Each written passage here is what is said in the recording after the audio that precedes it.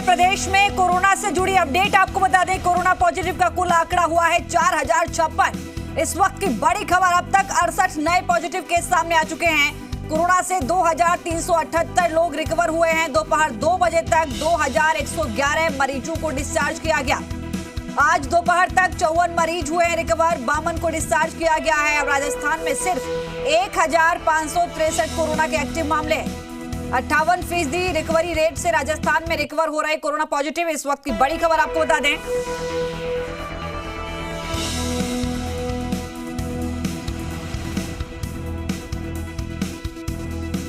बावन लोगों को आज डिस्चार्ज किया गया है। 54 मरीज ठीक हुए हैं। 1563 कोरोना के एक्टिव केस हैं अब तक राजस्थान में। 58% रिकवरी रेट के साथ राजस्थान में मरीज रिकवर हो रहे हैं। इस वक्त की बड़ी खबर, 2 बजे तक 2111 मरीजों को डिस्चार्ज अब तक किया जा चुका है। 54 में से 52 मरीजों को आज डिस्चार्ज किया गया है। 1563 कोरोना के एक्टिव केस हैं राजस्थान में अब तक। 58% रिकवर रेट सामने आ रही है। इस बीच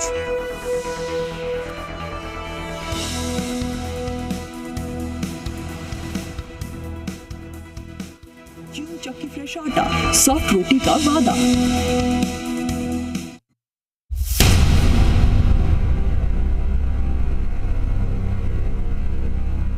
नमस्कार, आप देख रहे हैं हमारा खास शो कोरोना क्लिनिक। आपके साथ मैं लक्ष्मी उपाध्याय। चीन से फैले कोरोना वायरस ने भारत समेत दुनिया के कई देशों में हाहाकार मचा दिया है। देश कोरोना के खिलाफ महायुद्ध लड़ रहा है। पूरे भारत में लॉकडाउन है, आप अपने घरों में हैं और वहीं से कोरोना के विरुद्ध लड़ाई में अपना योगदान दे रहे हैं। कोरोना के खिलाफ सबसे बड़ा हथियार है जानकारी, जागरूकता और अनुशासन। इस लॉकडाउन के दौरान हम आपकी हर शंका का समाधान करेंगे। कोरोना वायरस से जुड़े हर सवाल का जवाब हम आपको देंगे अपने इस खास कार्यक्रम कोरोना क्लिनिक के माध्यम से।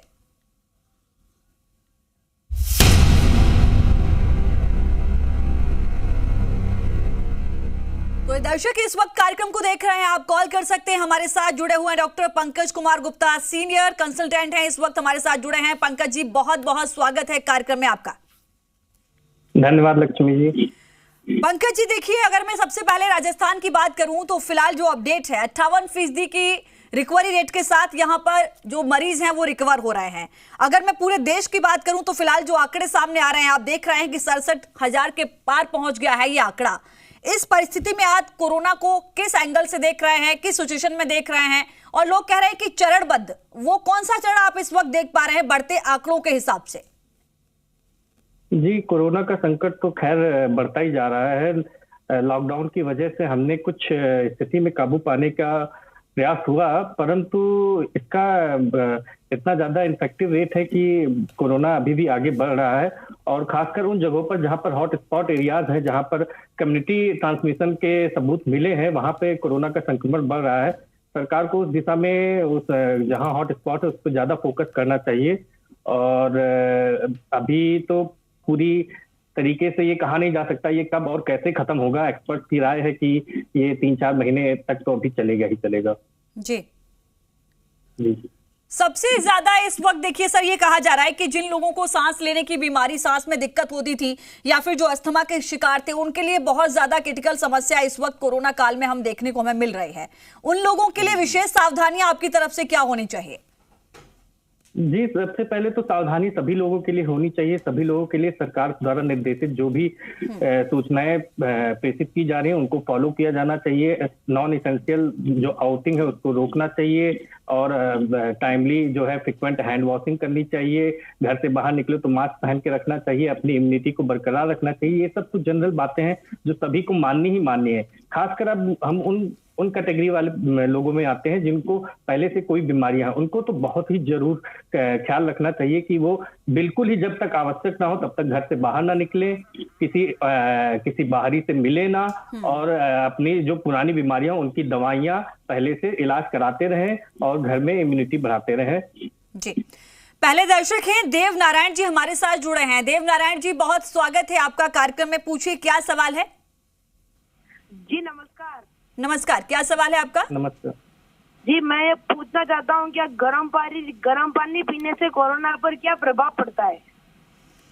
डॉक्टर पंकज जी, इनका सवाल है कि गर्म पानी अगर हम पी रहे हैं, गर्म पानी का सेवन कर रहे हैं तो कितना हद तक हम कंट्रोल देख पा रहे हैं कोरोना पर? क्योंकि कई बार लोगों का ये कहना होता है कि गर्म पानी पीजिए, नॉर्मली लोग ये सजेशन दे देते हैं, इसके पीछे की क्या वजह? नहीं, कोई ऐसी वजह नहीं है।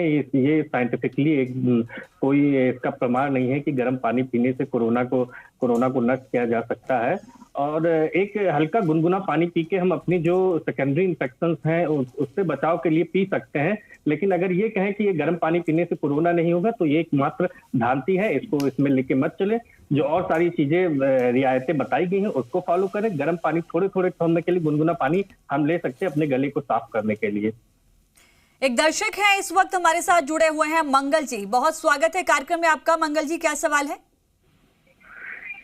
मैडम, हम पशु पक्षियों के संपर्क में ज्यादा रहते हैं तो हमें क्या कोरोना से कैसे बचना है या इससे डॉक्टर से सलाह लेनी है?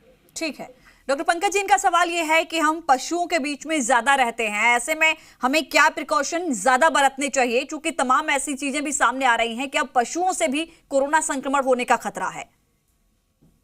जी बिल्कुल, अभी ऐसे कोई प्रमाण नहीं आए हैं कि जो भारत में लाइव स्टॉक पशु हैं, गाय भैंस बकरी, इनसे कोरोना में संक्रमण गया है। और पशुओं के साथ आप रह सकते हैं, उसमें कोई इसमें खतरे वाली बात नहीं है। लेकिन हाँ, उसके साथ आपको एहतियात कुछ बरतने पड़ेंगे। जैसे उनकी जिस जगह पर पशु है उसकी साफ सफाई रखिए, उनको अच्छा चारा दीजिए। आप अपने हिसाब से भी आप अपनी भी जो है सुरक्षा करते रहिए, मास्क पहन के निकलिए और जो है साफ सफाई का पूरा ध्यान दीजिए। तो पशुओं से खतरा नहीं है कि पशुओं से इंसानों के बीच में ये वायरस आ जाएगा जी। ऐसा कोई अगले दर्शक है दिनेश जी, हमारे साथ जुड़े हैं। दिनेश जी, बहुत स्वागत है कार्यक्रम में आपका, क्या सवाल है सर, पूछिए। जी मैम, नमस्ते। मैं दिनेश चौहान बात कर रहा हूँ, गाँव रामदेवरा से जी। मेरा सवाल ये है कि मक्खियों से क्या कोरोना वायरस फैलने का कितना खतरा हो सकता है? एक बार फिर से सवाल दोहराइए सर। मक्खियों से मैम कोरोना वायरस का फैलने का कितना खतरा रहता है? डॉक्टर पंकज जी, मक्खियों से कितना खतरा रहता है कोरोना फैलने का? जी ऐसा, ये सब सारी भ्रांतियां हैं। मक्खियों से कोई कोरोना वायरस नहीं फैल रहा है। कोरोना वायरस सिर्फ सांस और नाक के माध्यम से ही फैलता है। छींकने से और जो है खांसी आने से जो कोरोना संक्रमित व्यक्ति है उससे फैल सकता है। मक्खियों से फैलने का कोई प्रमाण नहीं है, न फैलता है। ये सारी भ्रांतियां हैं, इसको मन से निकाल दीजिए। हाँ, मक्खियों से दूर रहें, ये और दूसरी बीमारियां फैलाती हैं जिससे आप कमजोर बन सकते हैं और आप कोरोना के लिए ज्यादा ससेप्टेबल हो सकते हैं। तो एक जनरल तौर पर आप साफ सफाई रखें, मक्खियों को भी आसपास न भटकने दें, लेकिन मक्खियों से कोरोना नहीं फैलता जी। एक और दर्शक इस वक्त हमारे साथ जुड़े हैं, सर बहुत स्वागत है विष्णु जी आपका कार्यक्रम में। विष्णु जी, क्या जानना चाहते हैं आप? बस यही जानना चाह रहा था कि जैसे किसी को खांसी हो गई, थोड़ी बुखार आ गई, तो क्या मतलब इसको भी कोरोना का ये लक्षण माना जाए? जी डॉक्टर पंकज जी, इनका कहना यह है कि मान लीजिए किसी व्यक्ति को खांसी जुकाम या फिर बुखार जैसे सिम्टम्स होते हैं, तो क्या ये माना जाए कि नहीं वो कोरोना के ही सिम्टम्स हैं या कोई दूसरा वायरल हो सकता है?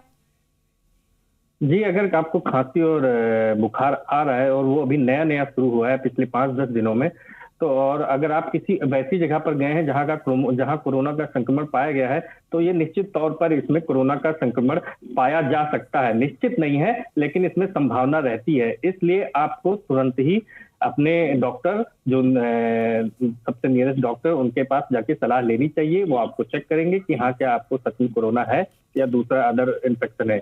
और सिम्टम, जहां तक ये सिम्टम की बात है, दूसरे बीमारियों से भी ये सिम्टम आ सकते हैं। लेकिन हाँ, अगर किसी को बुखार और खांसी आ रही तो उसको कोरोना की संभावना हो सकती है। अगले दर्शक हैं अस्थि जी, इस वक्त हमारे साथ जुड़े हैं। बहुत स्वागत कार्यक्रम में आपका, सवाल पूछिए। अस्थि सिंह जी, क्या सवाल है? मेरा सवाल ये है कि मच्छर से कोरोना वायरस फैल सकता है क्या? पंकज जी, इससे पहले सवाल मक्खी का था, इनका सवाल है कि क्या मच्छर से भी कोरोना संक्रमण फैलने की संभावनाएं बढ़ जाती हैं? जी बिल्कुल से भी नहीं। मच्छर मक्खी दोनों चीजों से, किसी भी जानवर, किसी भी कीड़े से अभी कोरोना वायरस की बानों में फैलने की वो नहीं आई है जानकारी। बिल्कुल से ये भ्रांतियां हैं, इसको मन से बिल्कुल निकाल दे और जो बचाव के लिए निर्देश दिए जा रहे हैं उसको पूरी तरीके से फॉलो करें, जिससे हम कोरोना को हरा सकें। और ये सारी बातें, भ्रांतियां जो है वो मन से निकाल दीजिए। एक और दर्शक हैं बिहार से, एमजी हमारे साथ जुड़े हुए हैं। सर बहुत स्वागत है कार्यक्रम में, क्या सवाल है आपका? जी हेलो मैम, मुझसे पूछ रही हैं? जी सवाल पूछिए। जी मैम, मेरा यह सवाल है कि मतलब माना जा रहा है कि अगले 2-3 महीने के बाद 2-3 मंथ बाद ही मतलब वहाँ पे जो कोरोना का जो स्थिति वो बढ़ने वाला है गर्मी की वजह से मैडम, या क्या मतलब बाकी ये बात सही है? ठीक है, इनका सवाल ये है डॉक्टर पंकज जी कि ये सुनने में आ रहा है, कुछ लोग इस तरीके की बातें सामने रख रहे हैं कि आने वाले जून जुलाई में ये कोरोना का प्रकोप और बढ़ेगा, यानी कि मामले और बढ़ते हुए नजर आएंगे। इसके पीछे की क्या वजह है? क्या टेम्परेचर बढ़ना या कोई अन्य वजह, और क्या ये सही है या फिर गलत है? जी, जैसा इस समय देश में कोरोना के संक्रमण का रेट देख रहे हैं उस हिसाब से तो ये लाजमी है कि ये अभी और बढ़ेगा, खासकर उन इलाकों में जहां पर ये काफी ज्यादा फैल चुका है, जैसे महाराष्ट्र, मुंबई और के इलाकों में। लेकिन आगे के 2 महीनों में भी जून जुलाई ये हमारे लिए बहुत महत्वपूर्ण है, इसमें भी कोरोना का संक्रमण फैलेगा, लेकिन अगर हम एहतियात बरते तो इस पे काबू पा सकते हैं। ऐसा कहना कि गर्मी के कारण कोरोना का संक्रमण फैलेगा तो इसका कोई वैज्ञानिक प्रमाण नहीं है और ये सिर्फ भ्रम की बातें हैं। हाँ, ये जरूर है कि कोरोना का संक्रमण अभी भी खतरा वैसे ही है और ये आगे के महीनों में फैलेगा। हमें वैसे ही सतर्कता बनाए रखनी है जैसे हम अभी तक बनाए रखे हैं। एक और दर्शक हैं धनराज जी, इस वक्त हमारे साथ जुड़े हैं। धनराज जी, बहुत स्वागत कार्यक्रम में आपका। सवाल पूछिए, क्या जानना चाहते हैं? जी मैं सवाल पूछना चाहता हूँ कि हम ट्रांसपोर्ट में काम करता हूँ मैम, तो यहाँ पर ड्राइवरों की स्थिति बहुत ज्यादा खराब रहती है, तो उसमें हम संपर्क में आ सकते हैं क्या?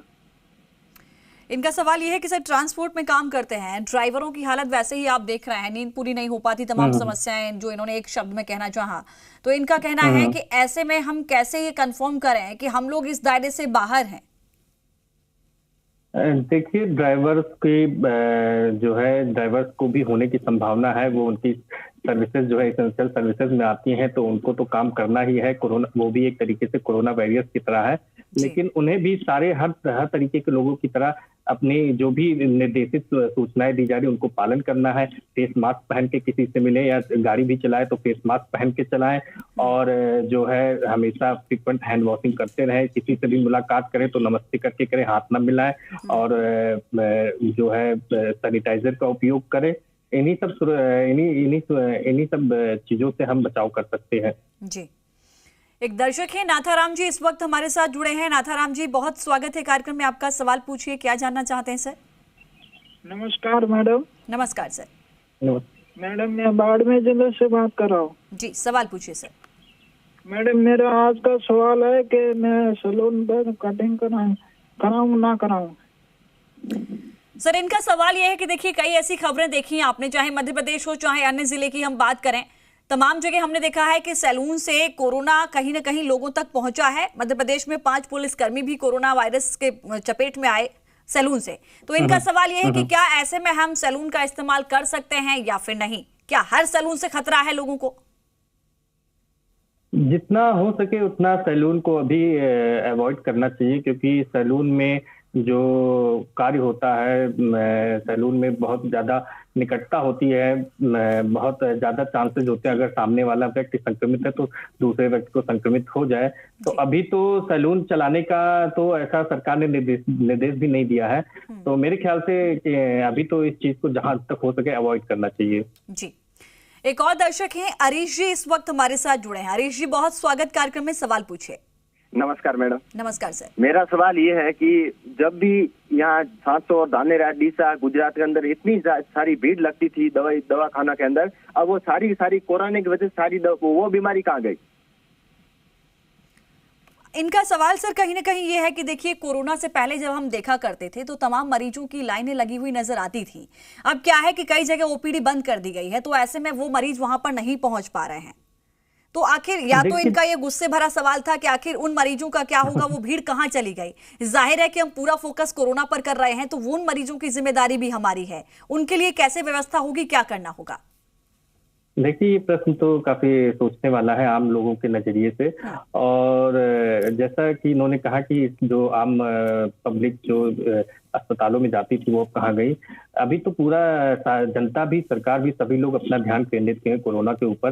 तो थोड़ी बहुत दिक्कतें जिनको आम पब्लिक को हो रही हैं, वो घर बैठे भी जो घरेलू नुस्खे हैं उसको ले रहे हैं, उसके कारण वो अस्पताल नहीं जा रहे हैं। तो इस कारण से भी पेशेंट जो है अस्पताल में और क्लिनिक में कम पहुंच रहे हैं। और ऐसा नहीं है कि बीमारियां कम हो गई हैं, बीमारियां जिनको पहले से थी वो बीमारियां हैं, उनका टेलीमेडिसिन से इलाज चल रहा है। जो उनको इमरजेंसी सर्विसेज की जरूरत है वो पहुंच भी रहे हैं, देश में हर जगह इमरजेंसी सर्विसेज हर अस्पताल में अवेलेबल भी हैं, खुल भी रही हैं और चल भी रही हैं।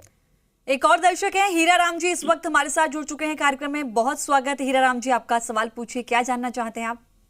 जी नमस्कार, डॉक्टर साहब से मैं पूछना चाहता हूँ, ये पॉजिटिव से नेगेटिव हो रहे हैं और ये जो मतलब जी जैसे मान लो कोई भी उसको हो गया तो उसके साथ खाना पीना है, उसके साथ उठना बैठना है, उसको भी पास में आते संपर्क में आने से भी नहीं हो रहा है। ये बीमारी कैसे हो रही है समझ में नहीं आ रहा है। डॉक्टर साहब से मैं ये पूछना चाहता हूँ।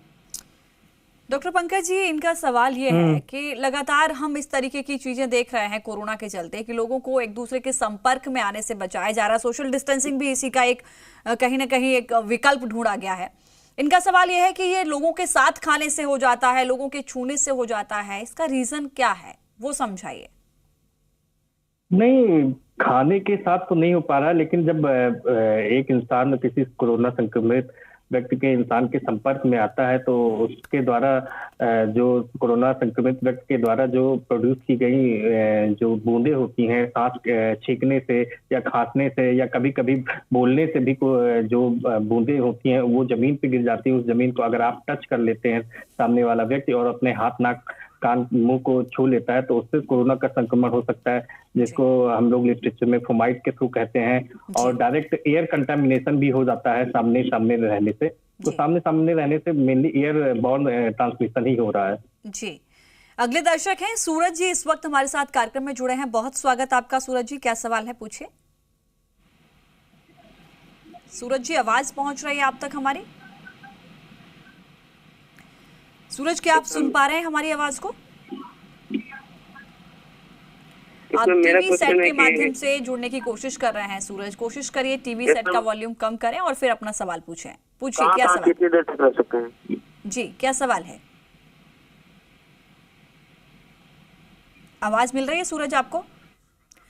आपसे संपर्क नहीं हो पाया, कोशिश करिए आप फिर से जुड़े। एक और दर्शक हैं योगेश, इस वक्त हमारे साथ जुड़े हैं कार्यक्रम में। मुकेश जी हमारे साथ जुड़ चुके हैं। मुकेश जी, बहुत स्वागत है आपका, सवाल पूछिए। मेरा सवाल ये है कि कोरोना वायरस भारत में अगले कितने महीने तक रह सकता है? सर, सवाल ये है कि कोरोना वायरस भारत में कितने महीने तक ठहर सकता है। हालांकि ये सवाल ऐसा है कि सटीक जवाब इसका आज की डेट में किसी के पास नहीं है, लेकिन चूंकि आप डॉक्टर हैं, अनुमानित एक समय बता सकते हैं। जो आंकड़े आप देख रहे हैं इस वक्त, आप मरीजों के बीच रह रहे हैं, तो ऐसे में इनका सवाल बेहद गंभीर भी है और हर किसी के मन में ये सवाल है, आखिर कब तक आने वाले दिनों में हम इस बीमारी से जूझेंगे और कब इससे हमें निजात मिलेगी? जी हाँ, ये बिल्कुल से आपका कहना सही है कि ये इस सवाल का जवाब तो अभी एक सहमत और सटीक तरीके से हम लोगों के पास नहीं है, लेकिन इस पे काफी स्टडीज चल रही हैं। हालांकि ये माना जाए कि ये भारत में तो कम से कम 6 महीने और रहने वाला है। हो सकता है हम इसके ट्रांसमिशन पे काबू पा ले, उस गति से ना ये इसका संक्रमण फैले जिस गति से अभी हो रहा है, लेकिन थोड़ी ना थोड़ी अमाउंट में इसका ट्रांसमिशन होता रहेगा अगले 5-6 महीने तक। और हमें इसी के साथ जीना सीखना होगा। जो अनुदेश सरकार द्वारा दिए गए हैं उनको पालन करते हुए ही हमें आगे बढ़ना होगा। और अभी रिसर्च चल रही है, स्टडीज चल रही है, वैक्सीन वगैरह अगर अवेलेबल हो जाती हैं, आशा करते हैं हम लोग कि सितंबर-अक्टूबर तक, तो हम हो सकता है इस पर जल्दी से ही काबू पा सके। जी, एक और दर्शक हैं नसीम जी, इस वक्त हमारे साथ जुड़े हैं कार्यक्रम में। नसीम जी, बहुत स्वागत कार्यक्रम में, क्या सवाल है सर पूछिए। नसीम जी, आवाज पहुंच रही है आप तक मेरी? हेलो जी, सवाल पूछिए।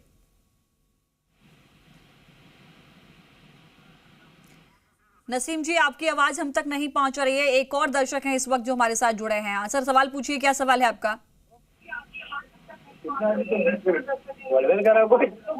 हेलो सर, टीवी सेट का वॉल्यूम कम करिए। जो भी दर्शक इस वक्त जुड़े हैं, मैं शुरुआत में ही आप सबसे अपील करती हूँ कि टीवी सेट के माध्यम से जुड़ने की कोशिश बिल्कुल मत करिए। आपकी आवाज सुनना आपके लिए महत्वपूर्ण नहीं है, आपके सवाल का जवाब डॉक्टर के द्वारा आप तक पहुंचना वो आपके लिए महत्वपूर्ण हो जाता है। योगेश इस वक्त हमारे साथ जुड़े हैं। मुकेश जी एक बार फिर से जुड़ चुके हैं। मुकेश जी, क्या सवाल है पूछिए सर। जी, मेरा सवाल था ना, जैसे कोरोना वायरस अगर एक आदमी को होता है तो कितने आदमियों को फैल सकता है? सीधा सवाल है सर कि कितने आदमियों को फैल सकता है। हालांकि जवाब यही है कि वो जितने के संपर्क में आएगा उन सभी को फैलेगा। लेकिन डॉक्टर पंकज जी, आप क्या कहेंगे इस सवाल पर? नहीं, अगर जिस व्यक्ति को कोरोना का संक्रमण हो गया है वो अगर अपने आप को सेल्फ आइसोलेट कर लेता है तो बहुत ही ये समझने वाली बात है कि इससे उस आगे किसी को संक्रमण नहीं होगा। लेकिन अगर वो सेल्फ आइसोलेट नहीं कर पाता है, वो पहचान नहीं कर पाता है सिम्टम्स की और भीड़ में जाता है, तो जितने लोग उसके संपर्क में आएंगे उनमें कम से कम 5-10% लोगों को होने की संभावना बनी रहती है। जी, अगले दर्शक हैं नाजिया जी, इस वक्त हमारे साथ हैं फोन लाइन पर। बहुत स्वागत है नाजिया जी, क्या सवाल है पूछिए। नाजिया जी, आवाज मिल रही है आपको? देखिए, एक अपील जो मैं लगातार अपने दर्शकों से कर रही हूँ, कुछ दर्शक कहीं ना कहीं अपनी आवाज सुनने की कोशिश करते हैं टीवी पर, लिहाजा उनकी आवाज हम तक नहीं पहुंच पाती है, उनके सवाल का जवाब उन तक नहीं पहुंच पाता है। जो भी दर्शक इस कार्यक्रम को देख रहे हैं, आप हमसे जुड़ने की कोशिश कर रहे हैं, आप चाहते हैं कि आपके मन में जो भी सवाल है उसका जवाब आप तक पहुंचे, तो आप कोशिश करिए टीवी सेट का वॉल्यूम कम कर दीजिए, बंद कर दीजिए, सिर्फ फोन के माध्यम से जुड़िए और जब आपका फोन कट जाए तो आप टीवी सेट का वॉल्यूम ऑन कर लीजिए। प्रदीप जी, इस वक्त हमारे दर्शक हमारे साथ जुड़े हैं। प्रदीप जी, बहुत स्वागत, सवाल पूछिए। मैडम नमस्ते। नमस्कार सर। मैडम, मेरा सवाल ये है कि सब्जी हम खरीदते हैं उसमें क्या क्या सावधानी रखनी चाहिए जिससे कोरोना वायरस से बच सके? बहुत अच्छा सवाल है पंकज जी इनका। देखिए, सब्जियों से भी कोरोना कहीं ना कहीं लोगों के घर तक पहुंचा, ऐसी खबरें हमने देखी। तो इनका सवाल ये है कि जब हम सब्जी लेने जा रहे हैं, जाहिर है कि सब्जी लेने जाना ही होता है, सब्जी लेते वक्त, घर लाते वक्त क्या कुछ सावधानियां हमें बरतना बहुत जरूरी है?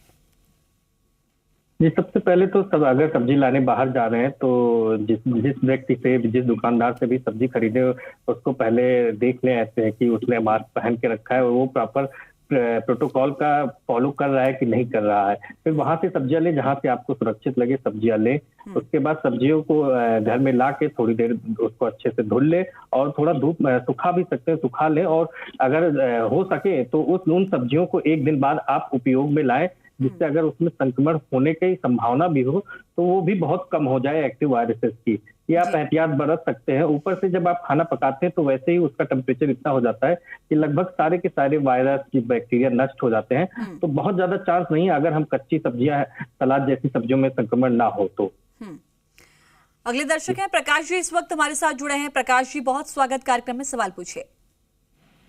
हाँ मैम, नमस्ते मैम। जी नमस्कार, सवाल पूछिए सर। मैम, मैं ऐसे बोल रहा हूँ कि अगर साधारण पानी से अपन हाथ धोए और सब्जी को धोए हैं। हेलो जी जी, बोलिए बोलिए। मैं तो बोल रहा हूँ कि अब देखो, साधारण पानी से सब्जी को धोए तो उससे कोरोना का कोई ऐसा अंश हो सकता है कि नहीं हो सकता उससे कोई? नहीं सर, उससे कोई खतरा नहीं है, लेकिन आपका सवाल मैं डॉक्टर जी से लेती हूँ। डॉक्टर पंकज गुप्ता जी, इनका सवाल ये है कि जैसे कई लोगों की ये एडवाइस मिल रही है कि आप गर्म पानी से सब्जियों को धोइए, लेकिन अगर हम सीधे ठंडे पानी से ही सब्जियों को धो लेते हैं, हाथों को धो लेते हैं, तो क्या इससे कोई समस्या है? नहीं, उससे कोई समस्या नहीं है। नॉर्मल पानी से ही सब्जियों को धुलना चाहिए और उसको थोड़ी देर के लिए, मेरा मानना है कि अगर पॉसिबल है सबके पास कि सब्जियां वो 2-3 दिन की एक साथ खरीद ले, सब्जियों को जो है धुल के उसको अच्छे से एक जगह रख ले, उसको अगले दिन उपयोग में लाएं तो ज्यादा हम कोरोना के संक्रमण से बचाव कर सकते हैं। जी, तो तमाम दर्शक हमारे साथ जुड़े, आपने तमाम दर्शकों के सवालों के जवाब दिए। पंकज जी, अपने व्यस्तम समय में से आपने समय दिया और इस वक्त निश्चित तौर पर आप डॉक्टर्स कोरोना वॉरियर्स हैं, धरती के भगवान कहे जाते हैं। आप लोगों से बेहद उम्मीदें हैं लोगों को, और आपके द्वारा जो लोगों के सवालों के जवाब दिए जाते हैं, कहीं ना कहीं लोगों में बहुत सारी भ्रांतियां दूर होती हैं। फिलहाल आज इस कार्यक्रम में समय देने के लिए आपका बहुत शुक्रिया, बहुत धन्यवाद। तो कोरोना क्लिनिक में आज के लिए इतना ही, कल फिर से हाजिर होंगे। नमस्कार। प्रस्तुतकर्ता फॉर्च्यून चक्की फ्रेश आटा, सॉफ्ट रोटी का वादा।